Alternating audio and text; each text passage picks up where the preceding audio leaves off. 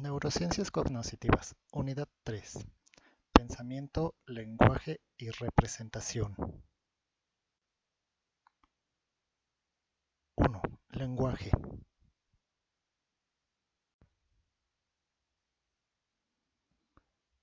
El lenguaje es la capacidad para codificar las ideas en señales y debe diferenciarse del pensamiento, la alfabetización y el uso correcto.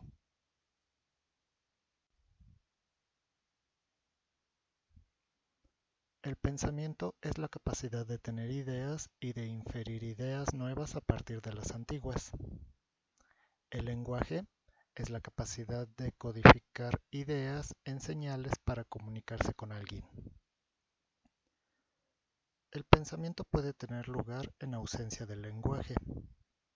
Los lactantes, los primates no humanos, los individuos afásicos y los adultos humanos normales están pensando cuando utilizan imágenes visuales, conceptos y proposiciones abstractas y otras formas de pensamiento no lingüísticas. El lenguaje escrito es una invención reciente en la historia de la humanidad.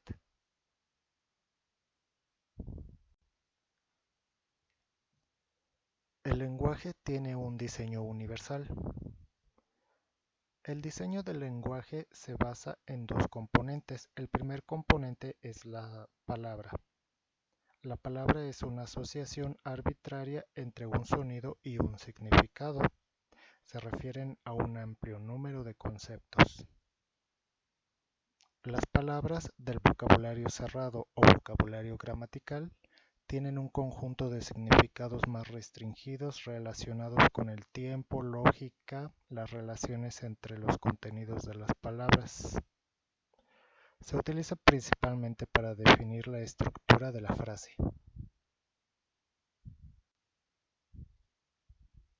El otro componente es la gramática. Este es un sistema que especifica cómo las unidades del vocabulario se pueden combinar en palabras, locuciones y oraciones, y cómo el significado de una combinación se puede determinar por los significados de las unidades y la forma en que está dispuesta.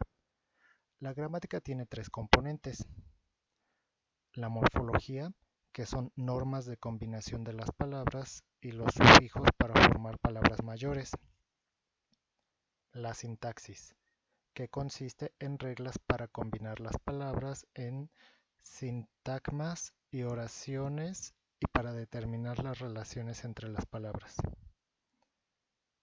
El otro componente es la fonología, que son las reglas que combinan los sonidos para producir un patrón constante de lenguaje.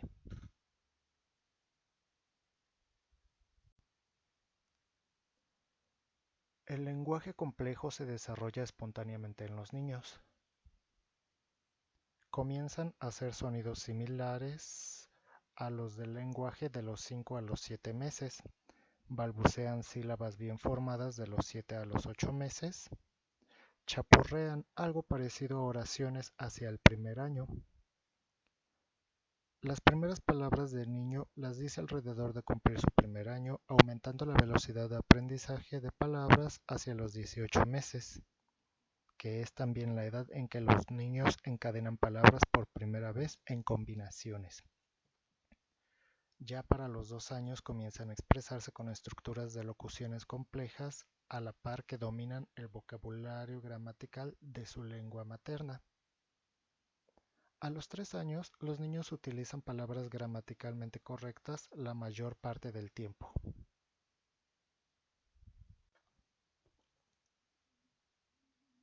Las lenguas se aprenden y es innata la capacidad de aprender una lengua.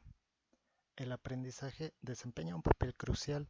Cualquier niño adquirirá cualquier lenguaje al que se le expone. En 1959, Chomsky propuso que los niños poseen un circuito neuronal específicamente innato dedicado a la adquisición del lenguaje. Esta propuesta ha sido debatida y aceptada por varios autores. Las personas de culturas tecnológicamente primitivas, los niños indefensos de 3 años de edad y así como los adultos con escasa formación de nuestra cultura, dominan una gramática.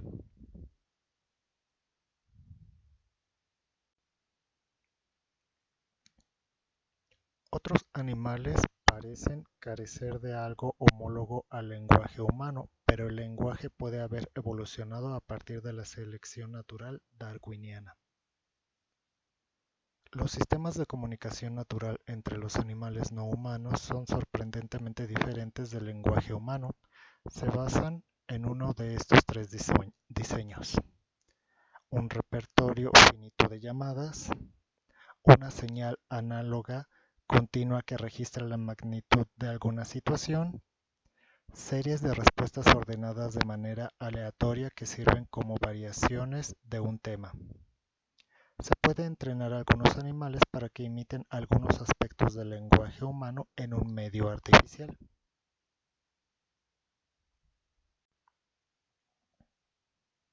Tema 2. Afasias.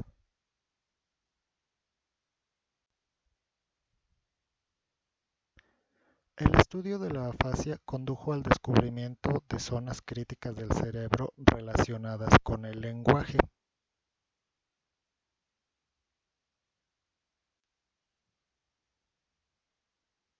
El estudio de trastornos del lenguaje, conocido como afasias, están causadas por lesiones cerebrales focales resultante de un accidente cerebrovascular o de un traumatismo cráneoencefálico.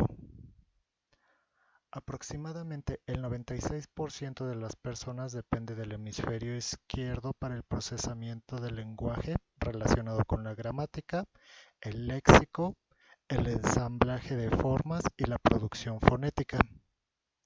Los neurólogos desarrollaron un modelo del lenguaje que se conoce como modelo de Wernicke-Guests-Quint.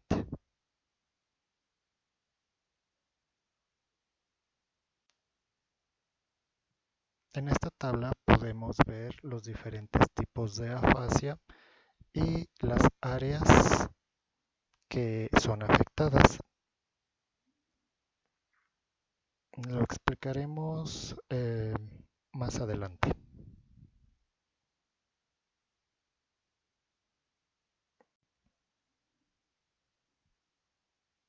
La afasia de Broca se produce como resultado de una gran lesión en el lóbulo frontal.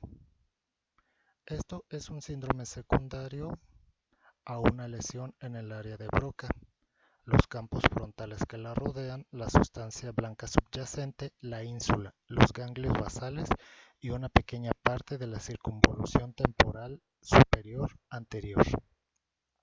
En general, los pacientes con afasia de Broca parecen comprender las palabras y las frases que oyen, pero la comprensión es solo parcial.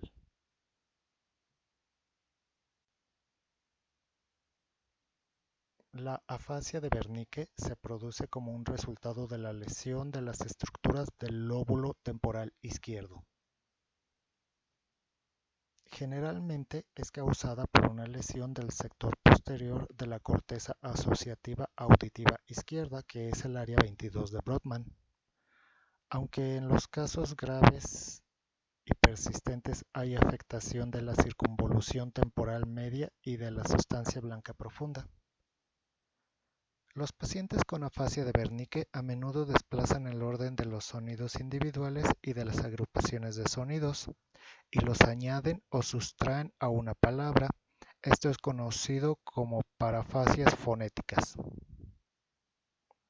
También tienen grandes dificultades para escoger las palabras que representan con precisión el significado buscado, lo que conocemos como parafasia verbal o parafasia semántica.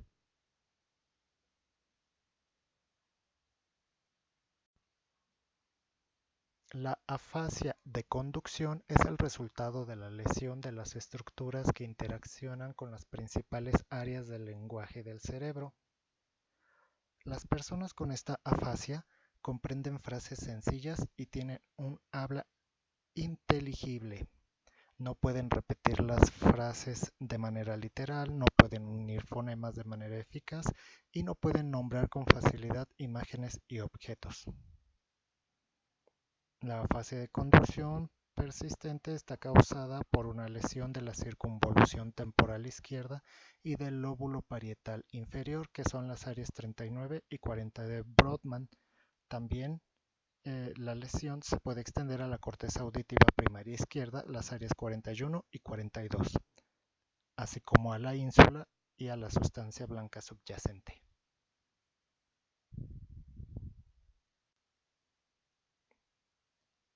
Las afasias transcorticales motoras y sensorial son el resultado de lesiones en las zonas próximas a las áreas de Broca y Wernicke.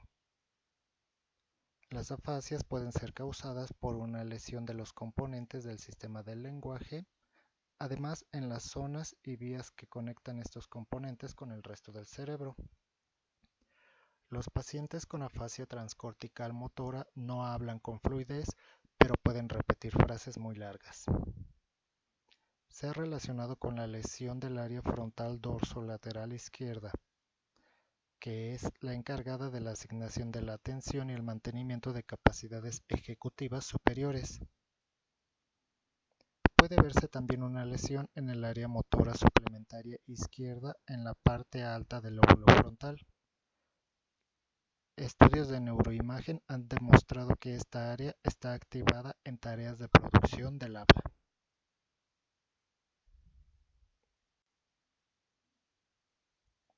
La afasia global es una combinación de afasias de Broca, Wernicke y de conducción. Los sujetos afásicos globales han perdido completamente la capacidad de comprender el lenguaje, formular el habla y repetir frases. Sin embargo, pueden conservarse otras capacidades, como son el habla no deliberada, o sea, de forma automática.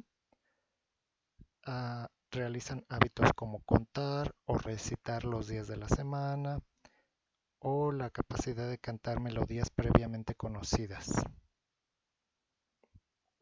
La afasia global clásica está acompañada de debilidad en el lado derecho de la cara y parálisis de las extremidades derechas.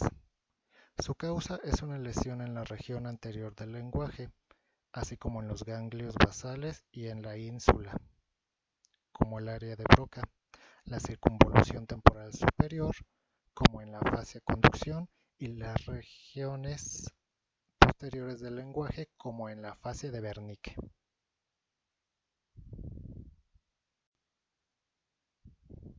Tema 3. Trastornos del pensamiento. Las enfermedades mentales pueden diagnosticarse según criterios médicos clásicos.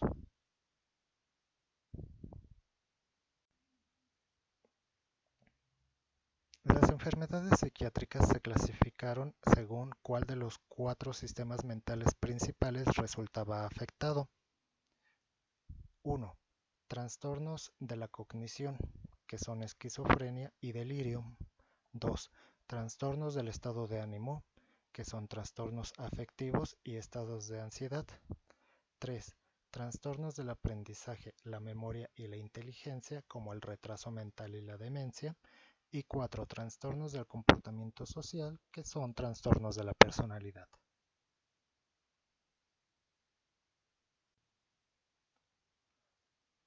Los trastornos mentales pueden clasificarse atendiendo a los signos y a los síntomas, mejor conocido como síndrome. También se puede caracterizar según su evolución natural. Para ello podemos perfeccionar la técnica utilizando los siguientes criterios.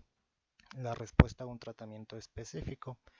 Esto se da probando los diferentes tipos de tratamientos que existen.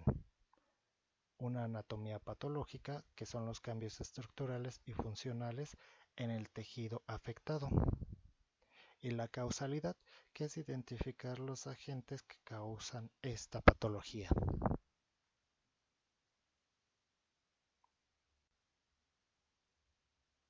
Hablemos de la esquizofrenia.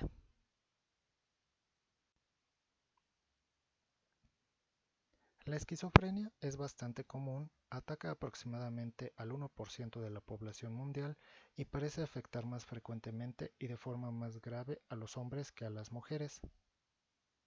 El primer episodio psicótico de esquizofrenia a menudo va precedido de signos prodrómicos.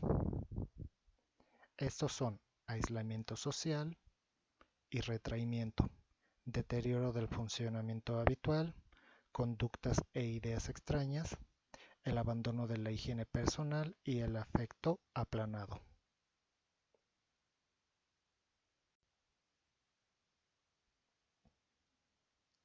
Al podromo le sigue uno o más episodios como pérdida del sentido de la realidad, alteraciones de la memoria, delirios y alucinaciones. Estos episodios están separados por lapsos de tiempo en donde los síntomas del periodo no psicótico se denominan síntomas negativos, entre los cuales encontramos el que actúa de manera excéntrica, está socialmente aislado, tiene poca capacidad de excitación emocional, empobrecimiento del impulso social, pobreza del habla, incapacidad para mantener la atención durante periodos prolongados y la falta de motivación.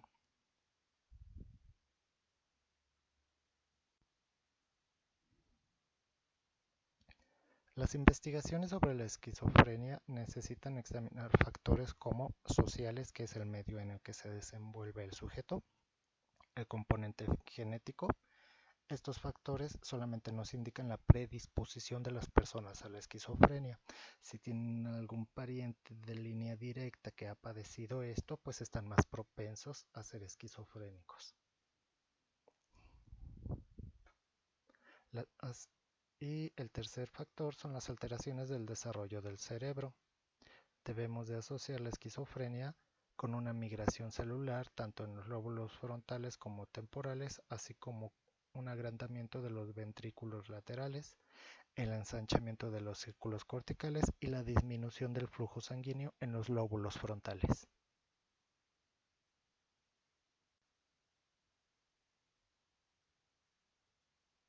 Los fármacos por los receptores dopaminérgicos D2 y D4 se correlacionan en el alivio de los síntomas psicóticos. Los cuatro grupos de antipsicóticos utilizados en el tratamiento de la esquizofrenia son, por un lado, los antipsicóticos típicos, que son las fenotiazinas, las butirofenonas y las tioxatenos, que se unen a los receptores dopaminérgicos de 2 y tienen efectos secundarios con el sistema extrapiramidal, ya sea como sequedad en la boca y trastornos del movimiento o de la marcha. Por otro lado, tenemos los antipsicóticos atípicos, como la dibenzodiazepina, clozapina, que se unen principalmente en los receptores D3 y D4. Estos no producen efectos secundarios extrapiramidales.